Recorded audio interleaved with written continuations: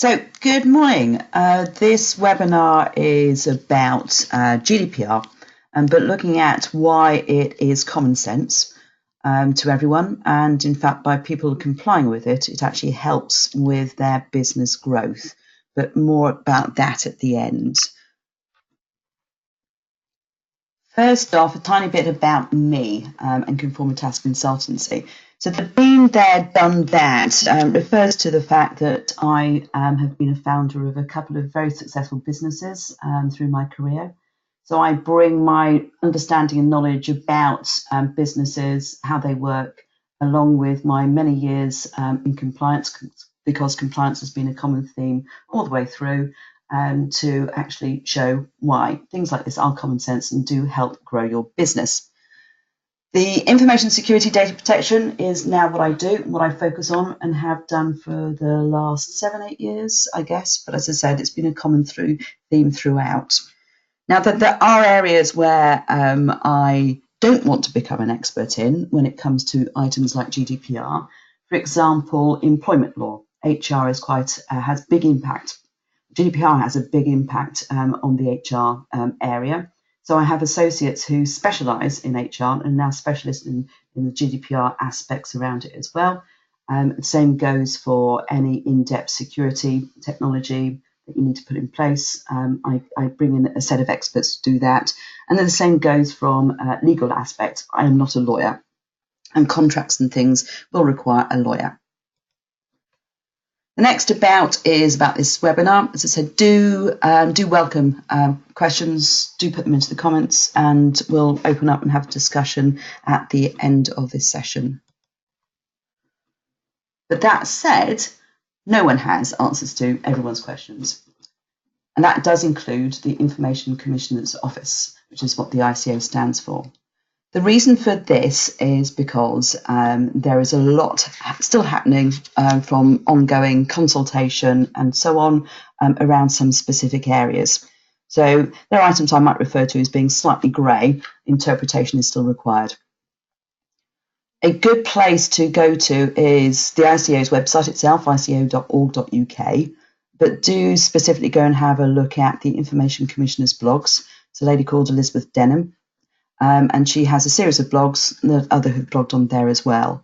Very sensible, pragmatic approach is what she is recommending.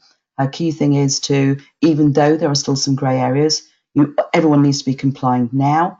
Go and take a look at, seek guidance for what it is there at the moment, document your decisions, as in what you base them on, and you are in a good place as a starting point.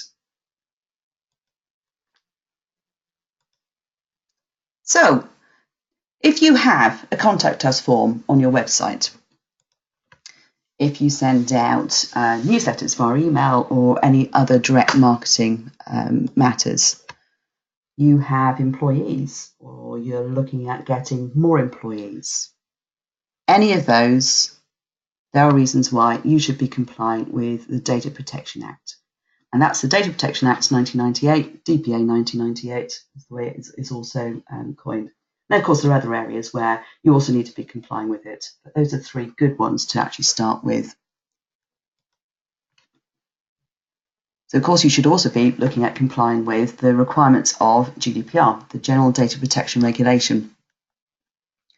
Now, I put some little notes onto, so little things like this come up, so that should you require a PDF of the slides that I go through, then you have an understanding about what I was talking about if you're just looking at the PDF. Although we are recording this session so you can hear me throughout. Some of the key things to talk about, GDPR has actually been in place since, nearly 2 years ago. Is the fact it's being enforced this year is the key one. The Data Protection Bill is going to pull all the aspects of GDPR into UK law. It also looks at a few tiny amendments that can be made, is allowed to be made by Brussels, as in the Europeans Parliament, and we'll put that into what will basically replace the Data Protection Act. So Brexit or not, we will all have to comply with the requirements of GDPR. Why? Why has there been an update from DPA 1998 to this GDPR in 2018? 20 years has been a long time from a technology point of view. Do any of you remember having one of those? The delights of when a phone was just used to make a call and take a call, and that was it. Of course, now we all have these mini computers sitting in our pockets which do way more than just the call taking. So a lot has changed from the underlying technology point of view. Then we have social media. LinkedIn was founded in 2003, Facebook in 2004, Twitter in 2006, and I could go on and on and on. So with these items, this is where sort of the amount of personal data that is being, well, we're putting on ourselves up onto these particular platforms, that has increased. Data overall is increasing around about 56% on a year-on-year basis. So we're already in the exabytes. So we've got terabytes, petabytes, then it's exabytes. They're already talking about yottabytes and zettabytes. Not quite sure what happens after that, but basically it's one with a huge number of noughts after it. Google, of course, goes and mines all that information, adds extra information to that particular pile. They were actually founded in 1998, so they've been around. They've got a 20th birthday coming up, because it was the back end of 1998 when they were founded. But it's not just that. We now have extra means of being able to access our devices, so thumbprint or fingerprint that we might have there. And not only just the devices, but also into separate applications. So this example is going on to a mobile banking. So huge amounts of extra information added into there, and a lot of that is personal data. So it's time for the data protection regulation to be updated. To wait for this. So all that personal data out there, of course, we've got nasty people who then say that they're going to misuse it. So who gets still PPI, texts, or even calls? If they're calls, here's a little tip for you. Listen all the way to the end. It will cost the company a fraction of a pence, which does help. But the key thing is at the end of the call, you'll get the option to opt out. It's either a 5 or a 9. If you do that, just spend those extra few seconds and listening all the way through, you'll find that you will not be getting as many PPI calls. I actually don't get any PPI calls now. I haven't done for the last at least a year, just from doing that. The one that gets me, though, is this one. So this is someone actually on the phone. Typically, in fact, these are because it's just a random dialing, it's automated dialing, and they happen to get a number that works. And you get this person saying, hey, yeah, basically these words, isn't it? Number of ways to deal with that. Interesting stories about how people actually deal with that. Really what you should be doing, though, is complaining to the ICO. So ico.org.uk, on their front page, it's very, very easy to lodge a complaint about items like this. I keep on telling the person at the other end of the phone to put my hands up. I sort of do say, I'm going to report you to the ICO. Don't always have time for it. No. Then, of course, there's all that unsolicited email. Where have they got your email address from? Actually, have you actually, even if you know where they got your email address from, did you actually say, I want to get more communications from you? This is the only time I talk about fines. I do not mention about the fact that fines are increasing, apart from just now. The key thing that I want to highlight is the other damage that comes into play when something happens from a data breach point of view. Everyone I talk to about has heard or remembers the TalkTalk incident, where they had a data breach which included the leakage of a large amount of the banking details, financial details of some of their customers. That was 2.5 years ago. So despite whatever the fine was, you can't really put a figure on how much they've lost due to the damage to their reputation, because it was 2.5 years ago. Very negative. I'm actually going to talk about these two together. So Morrison's and Honda a year ago, so it was last year, they were both fined by the HCO for sending direct marketing emails to people who basically complained. Morrison's point of view, it was a human error, I'm guessing. They sent an email out to everyone in their CRM, so their customer relationship management system or other management system that they use, including the people who'd said that they wanted to unsubscribe to either they'd opted out. Honda, on the other hand, it was actually the email was sent out to people who hadn't agreed to get the emails in the first place, and that was down to the franchisees not signing up the people who came in the correct way. So both of those from a direct marketing point of view. Morrison's, on the other hand, so I'll keep on with Morrison's. They had a bad year last year. They were in the news twice about a data breach. The second time was around something that happened actually a few years back. They had an employee who was very disgruntled and decided that he was going to take a set of information about employees, which included their salaries and bank account details and so on and so forth, put it onto a memory stick and send it across to a newspaper.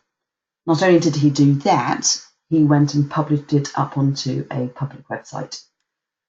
Morrison's actually spotted this very quickly, and they took the public website down, and I assume they had a conversation with the newspaper. They also did correctly, went and reported it to the ICO. The ICO came and investigated and didn't fine Morrison's, because Morrison's had done everything correctly. They had all the correct measures in place, they had the correct procedures and processes in place around this. At the end of the day, it was a user, a human, who decided to go outside of those particular rules. He had access correctly to that information, and he decided to abuse his position. So the key thing from there is they were not fined, and they did everything correctly. As long as you've actually got those kind of measures in place in a similar kind of way, then these fines are not going to be come your way. So why did they hit the headlines last year? Some of their employees and ex-employees who were affected by that particular breach decided to take them to court. So they, part of that case, they were actually found liable for the actions of their now ex-employee, who, by the way, is currently serving a 5-year prison sentence.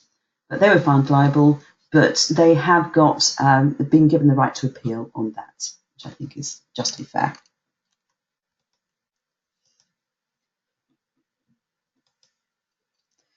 Let's get to GDPR itself. The main aims of GDPR are actually quite simple. It's making sure that the protection of our data and the enhancement of all of our rights around our data are put in place and are respected by the organisations. And from that second point, it is making sure that there is, basically will be, increased accountability for all organisations and other bodies. The next bit of this presentation, I'm going to go through what those rights from our perspective are. Because a lot of the questions that you will ask, typically I will respond with, well, put yourself into their shoes. So first off, getting a good understanding about what your own rights are will help you work out how to address GDPR. First key thing is currently a lot of companies, once you have given them your personal data, treat it as a present, hence the picture on this particular slide. Treat it as present. They can now do with it as they would like. That is not the case. It's my data. I'm giving it to you for a specific reason, and it's only on loan to you. It is not a present. So a complete change in mindset from a company's point of view around that aspect, and we'll go into about why companies are now having to look at that aspect even though that has been the case all the way through, including under the current Data Protection Act.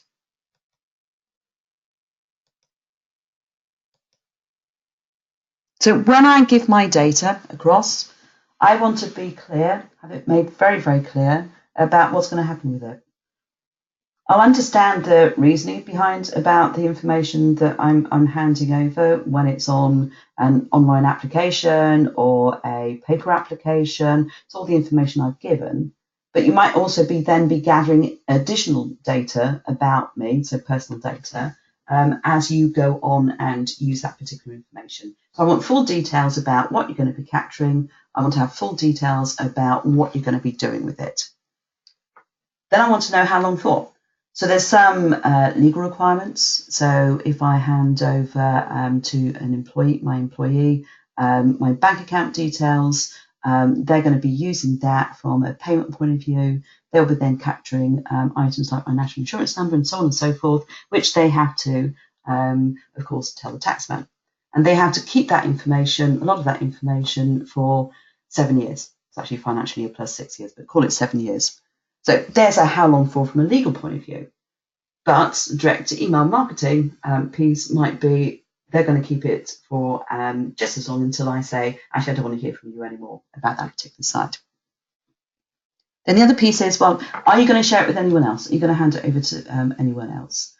Currently, you'll probably see many, many times those lovely terms and conditions where at the bottom it says we may share selected information with selected third parties. So they're unknown. It's just a general third parties. With GDPR, that's been tightened up. They have to be very specific about who they might be sharing your information with.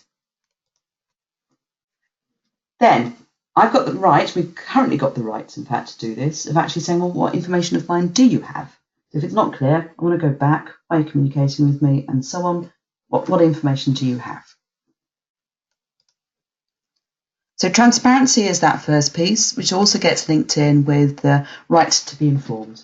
So 2 rights from this particular side, that right to be informed and the right of access. Right to be informed, everyone's going to have to be more explicit. We'll talk about privacy notices later on. And the right of access, the things that change there. Currently, there's a fee that organisations can ask us for, which is currently £10. Should we actually ask about what information do you have of mine? That fee is disappearing. Also, the amount of time that organisations must reply to an access request has been reduced. So that's 30 days is what it's been changed to for GDPR. Number of other rights about not necessarily what's wrong. It might be something about my data that's wrong. I've just entitled that's wrong. So let's talk about the data that's wrong. A simple one. I've changed address. So the person who I've given that information to initially, I've got the right to say, hey, moved address, moved house, change my address, please alter your records to reflect that. That particular item is being enhanced under GDPR by saying that should I have given, so the person I've given my original address to, they might have handed that over to someone else as well. So an example again, in fact, if I do from an employee status, so I've given, my employer has my current home address, they've provided it to the outsourced payroll provider.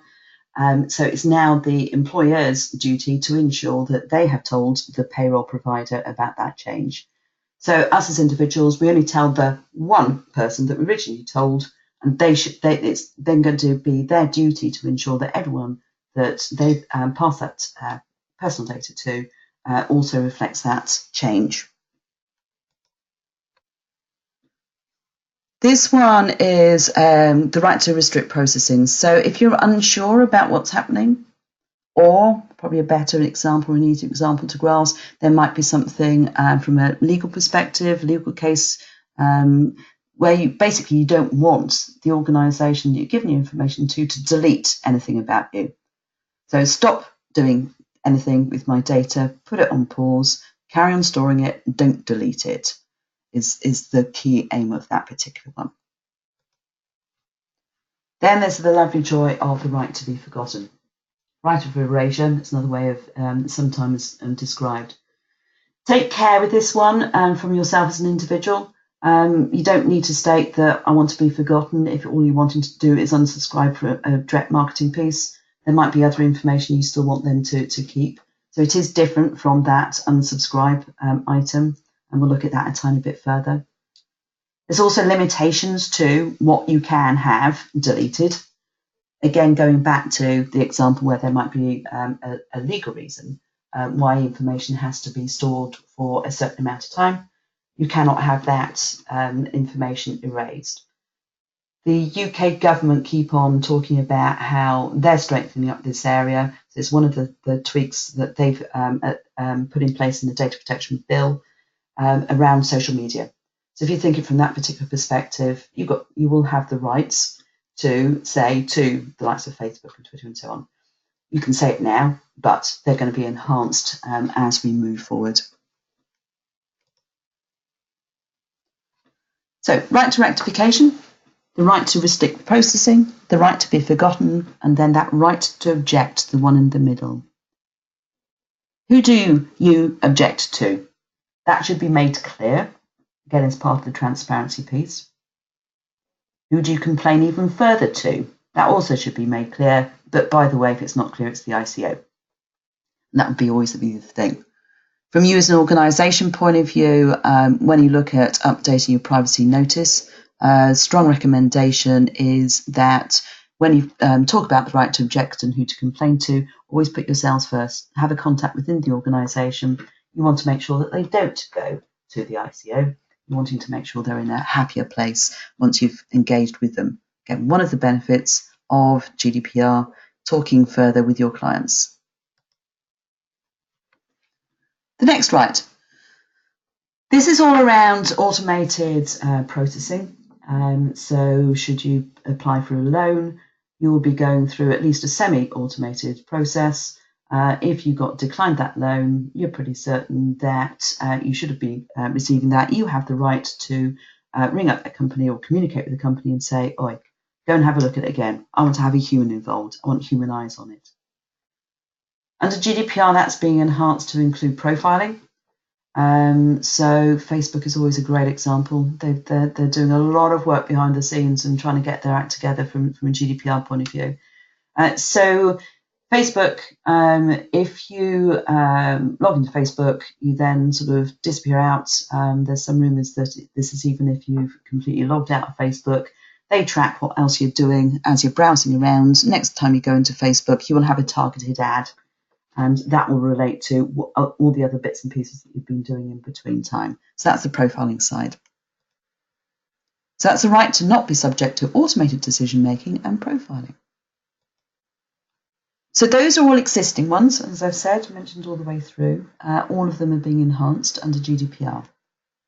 There's one new right that we will have as of now, but definitely enforced on the 25th of May. And that's the right to ensure that we can actually move our information from one service provider to another. So for those of you who have moved bank, you'll know it's quite a simple process now here within the UK. You tell the new bank, assuming they accept you, of course, you tell the new bank details of your current bank account, and then between the two of them, they move everything seamlessly in a number of days. It works incredibly well. So this portability of information, it basically expands on that basis and applies it to any service that you could think of. Moving from iTunes to Spotify is an example that you could have there. It's from one service to another service provider. With all of these from an organisation point of view, there is a filter of reasonability to be applied to this. So there'll be certain information. It won't be everything that you hold specifically about your service, about a particular individual that might be applicable and to be ported across to another organisation. But that's one for a more in-depth conversation at another day. So these are all the rights. And there's the new one, the rights to data portability. So Why all of a sudden are organisations asking or being asked about what's happening with GDPR and what they have done around GDPR? Part of this increased accountability for organisations is to ensure that the people, the other organisations, their suppliers who they hand personal data over to, respect the aspects of protection and the rights of these individuals in the same way that you do. So basically, you're part of a supply chain. The big boys are going to be asking their suppliers, and who will then need to ask their suppliers, and so on and so forth. So all shapes and sizes of organisations are being asked if they comply.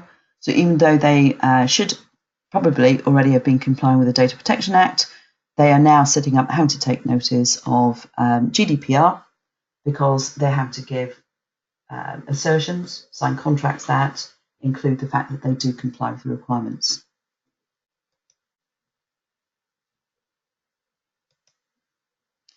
As I said, this is the start of the increased accountability, making sure that when you hand over personal data which has been given to you, that it will be treated and respected. So GDPR, you can't do.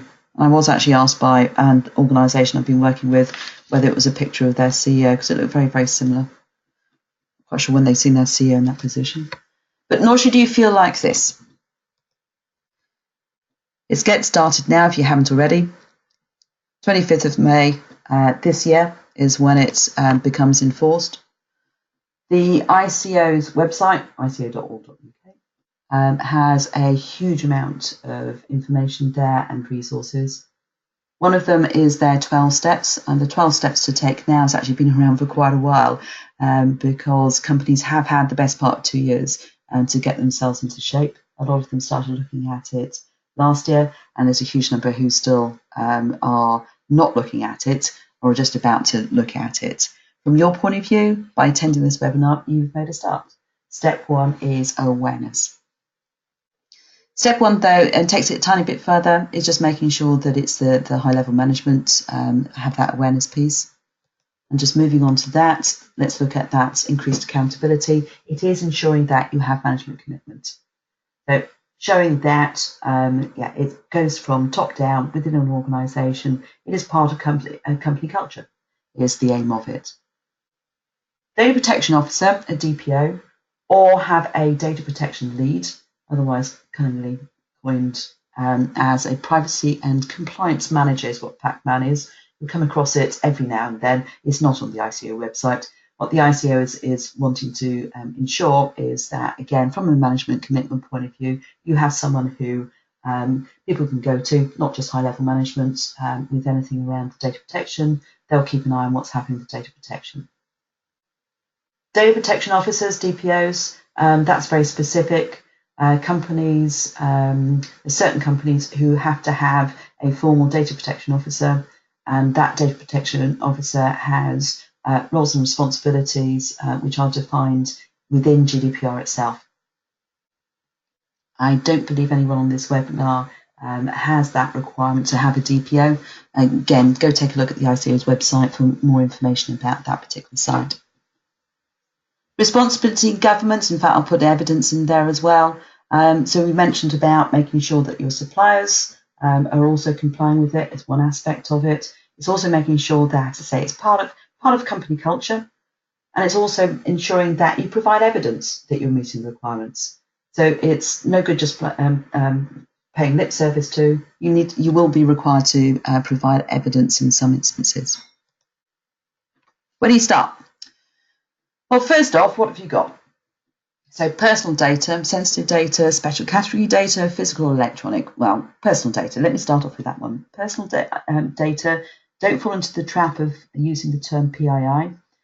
And so personally identifiable information might be explicit. Kathy Broads lives at this particular address. That's all personal data, personally identifiable information about me, and it is my personal data.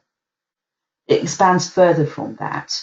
So it expands into being things like my IP address, which could be used by the likes of Facebook and so on. They might tie it back to me. Well, they do. That is personal data about me. Sensitive data and special category data. In fact, I'm going to switch quickly to special category data. All of this is defined apart from 2 items. All of those are deemed as being sensitive data under the Data Protection Act. The GDPR has actually turned it into being a special category data, and it's added 2 additional items onto that particular information, which includes use of biometrics and genetic stroke DNA.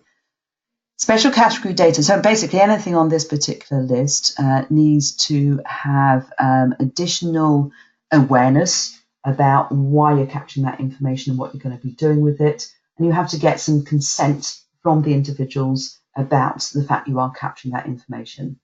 So all of these special category, you as individuals have the option to not provide that. You will always be given the option not to provide that under GDPR. I enjoy the fact they called it special category data because it means I can now use sensitive data. Because that special category data didn't include things like financial details, so bank accounts.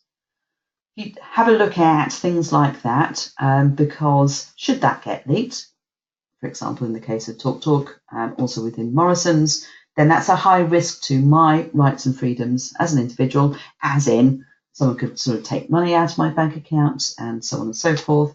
If someone had my national ID number, they had my passport number, items like that, that's sensitive. That would be setting things up for identity theft. So I've put those into something which I call sensitive data as well. Then we're going to look at about why, and there's a lawful basis which we'll come on to in a bit. But it's also, do you really need to be capturing all that information? So why have we got it in the first place? Who do we get it from? And where do we store it? And where do we store it could be all over the place. You need to be including in your email system. You need to be including on everyone's laptops. They might have squirreled away additional copies. So not just within your central server document storage system, not just within your CRM system. It might be all over the place that you've got it. And do remember, this covers the physical copies of personal data as well as electronic. Now, just on a brief aside on the physical side, the key thing is that it is searchable. So physical side, electronic side, then everything, virtually everything is searchable on. But from a physical side, is it searchable? I was working with an organisation earlier this week where one of their key people, he had a box of business cards.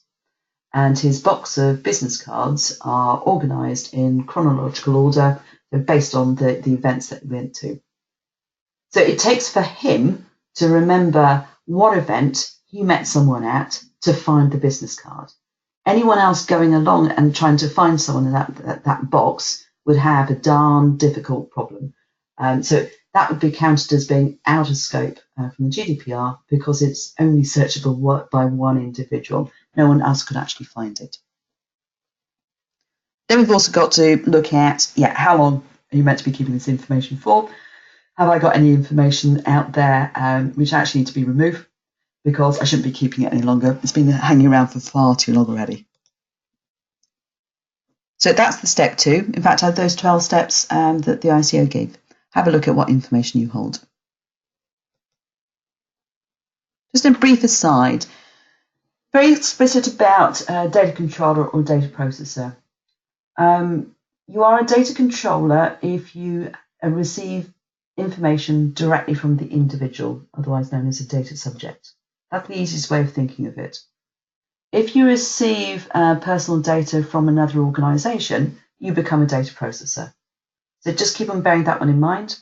There's also an aspect which is joint data controller, but keep it simple. If you get information from the individual data controller and you have certain duties as data controller, if it's from a if you get it from another organisation, then you're a data processor. One of the key things to also not get confused is a data controller. You are looking at what you're storing, what you're processing about that information. So that word processing, again, don't get confused between that and a data processor. You as a data controller will be doing some processing yourself. Who is it about? So this particular slide, in fact, this comes from one which I've been doing with schools. So yeah, this is if you've got information about teachers, have you got it about pupils, have you got it about your employees? It's a good way of actually just doing a check about all the groups of individuals that you deal with. So it'll be from your client's point of view, it might be from your supplier's point of view, it might be from your prospect's point of view, and so on. It's quite a good way of helping you filter through what information you hold. Then, of course, who you share it with. So all of that particular supply chain that you have, another thing to look at. So why do we have it? What's the lawful basis? It might be due to a contract. It might be a contract of employment if it's about a member of staff. It might be a contract or terms and conditions, some form of SLA that you have set up with a client. There might be a reason why we have to hold it from a legal perspective. So HMRC, tax man, you need to do that. HR might be also be the right to work. So capturing your passport details, that's another legal obligation. Then the good old consent. Business cards, yes, it got slightly stupid last year when some people were thinking that when you hand over a business card, you will then be asked to sign a piece of paper to say you've given consent that you want to be communicated with. Hey, yeah, that's nonsense. Common sense again applies. Should I meet you and provide you with my business card details, I'm expecting you to be communicating with me. I want you to communicate with me. That's something called verbal consent. And an email following up saying, hey, great to meet you, Kathy, at whatever event, then that actually shows that, yeah, we've met, we're wanting to communicate. So I'm actually providing you with my business card by showing you it's on this particular webinar. You have my verbal consent. Another aspect where I might be giving consent is by ticking on a box, filling in something online. Now, this particular picture here has a number of incorrect pieces on that. The change in GDPR is that you will no longer have pre-ticked check boxes. They have to be unchecked. You also should not have options between a yes or no. It should be very, very clear about we want you to tick a specific box for this specific reason, and it has to be an affirmative action. So consent must be unbundled. So you must have a tick box per everything that they want you to send to you about. So if you take one of the major supermarkets, when you sign up to do some online shopping with them, you might want to receive information, emails about offers that they've got about the food shopping, clothes shopping, whatever they have within that particular store.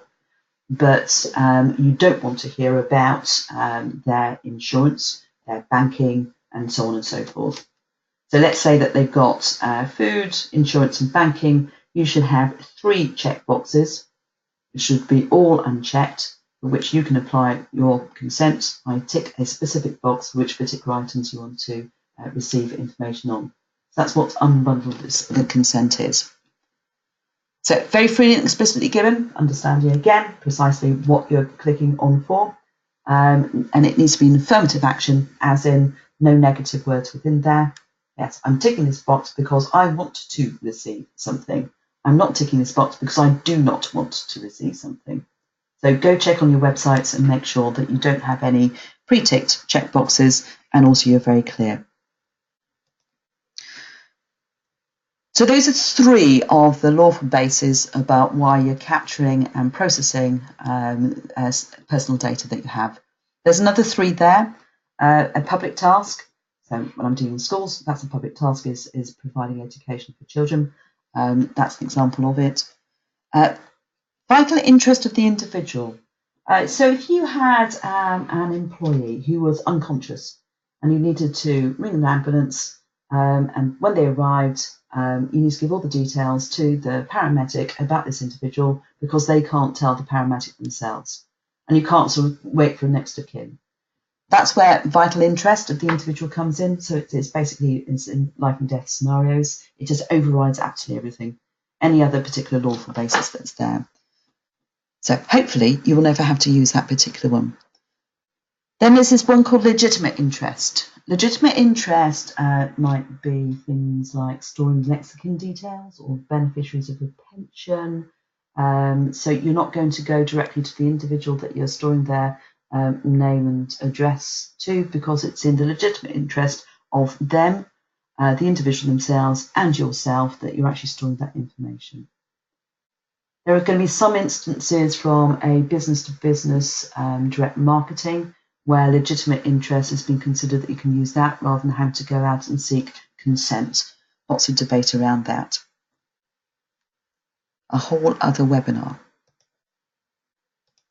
So here are all the lawful bases for processing of personal data: contracts, legal obligation, vital interests, public task, legitimate interests, and consent. We then also have another six principles of data protection.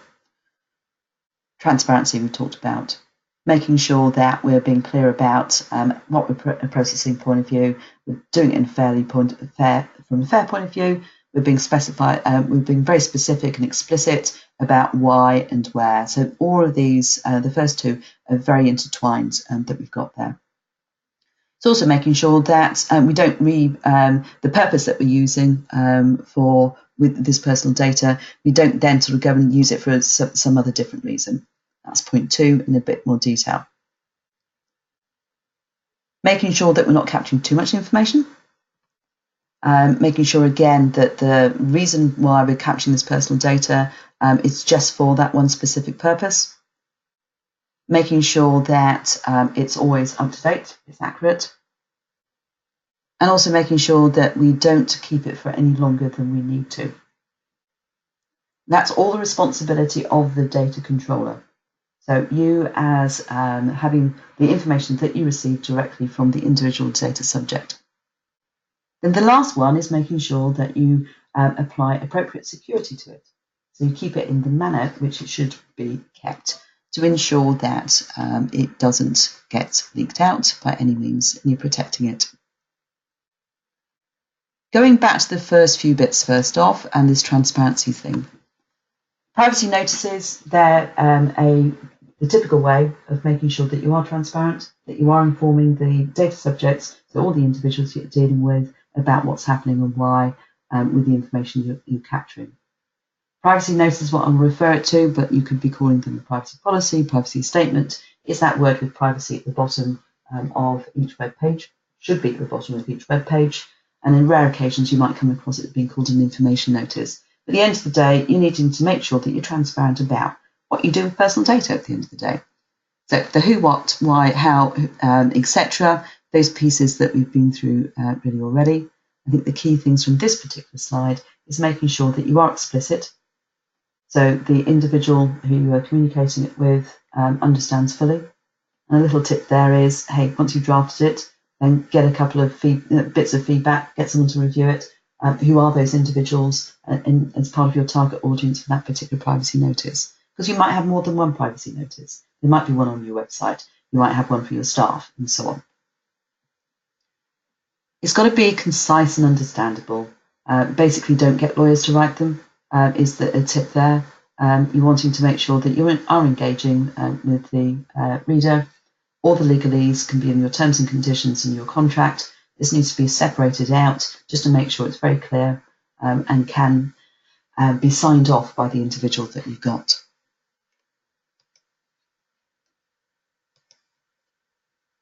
Let's look at protecting personal data. So that 6th principle that we have there. Technology, great way of doing it. Or locks and keys for some of the audience on this particular webinar, very appropriate from your business point of view. Technology point of view, looking at controlled access, so taking it beyond the locks and keys and so on, the access control from a physical point of view. You could also be looking at it from Active Directory and so on. Who gets access to that information? Who should have access to that information?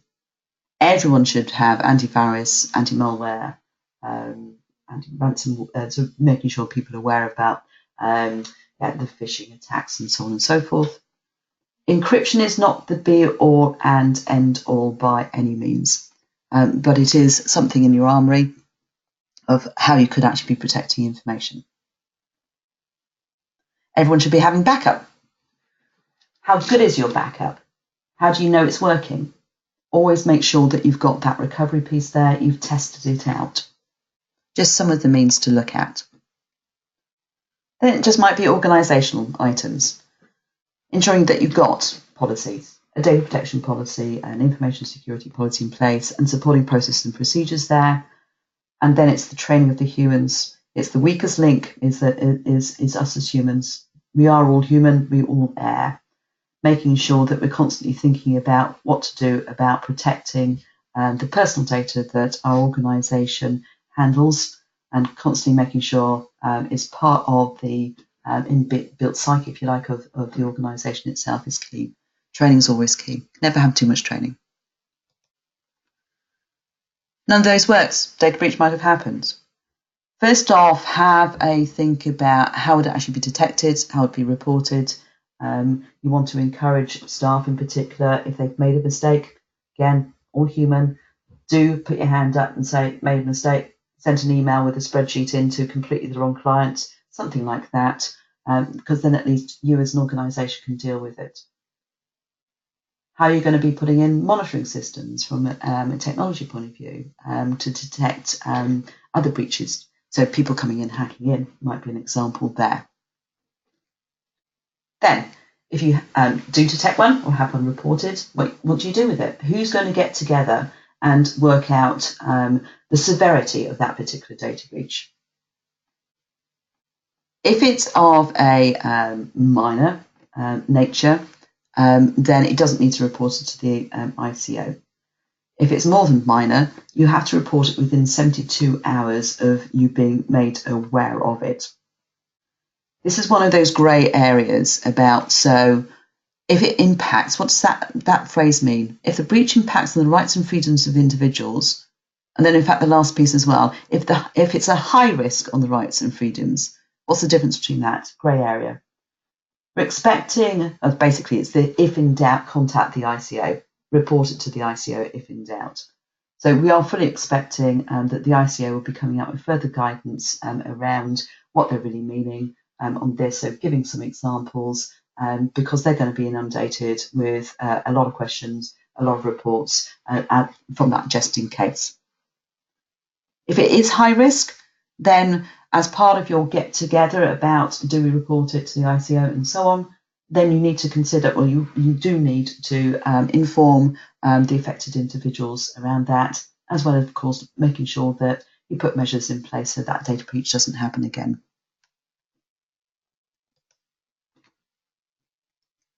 Demonstrating compliance with the principles. That was at the bottom of a couple of slides ago about the principles. Making sure policies in place, let's say data protection policy and information security policy, looking at your privacy notices, getting those in place, ensuring the one that you've got on your website is up to date, or if you haven't got one, putting one in place. Supporting procedures and processes, we're talking about data breach, making sure it's documented about what is going to happen if we do have a data breach, and again, the detection and so on, subject access requests, how you're going to be handling that, and so on and so forth. Then the associated records, so you're providing evidence for each of those. So there's the two, data breach register and the access request register. What are the benefits? Said they're benefits. By looking at all of these items, looking at what personal data you hold, looking at the flow of that information through your business, it will by its very nature improve your practices that you've got there. It'll improve the understanding by everyone in the business about that personal data, and it'll also enhance the security around that information as well. Retaining business. Retaining business, if you think back to that slide that I had about the supply chain, You've got the people are going to be asking from the top level down about their suppliers, about whether you're compliant with GDPR. And they'll be making statements like, well, if you're not complying, I'm going to go elsewhere. So by complying, you ensure that you can answer in the affirmative that, yeah, we're well on our way to meeting the requirements of GDPR, or we are now meeting the requirements of GDPR, and you'll keep that business. And on the flip side, if your competitors are the ones that are being asked about whether they comply with the GDPR, and they go, sorry, don't know what you're talking about, or definitely not, doesn't apply to me, then you might be winning business because your competitors are not complying. What are the next steps? So just a brief one. We run a set of workshops because people come away from other webinars, including this one, saying, okay, great, so where do I start? I've covered a lot of that in detail around what information do we hold, because the first step is typically go on a data audit. I've given you some tips there about what you need them to look like. But we look at it a bit further in workshops. We have what we call open workshops, which run at least once a month, where we have a number of different organisations all come along for just over half a day. Very much practical, hands-on. You take away a toolkit, which you have at least started to complete, which does look at a register of the personal data you hold, all that information we're talking about from the data audit, what do we hold, looks at a risk register and what you're going to do from a mitigation point of view. There's also the option of having that happening on site, very specific to your organisation. At that point, we'll open up for any questions that you might have.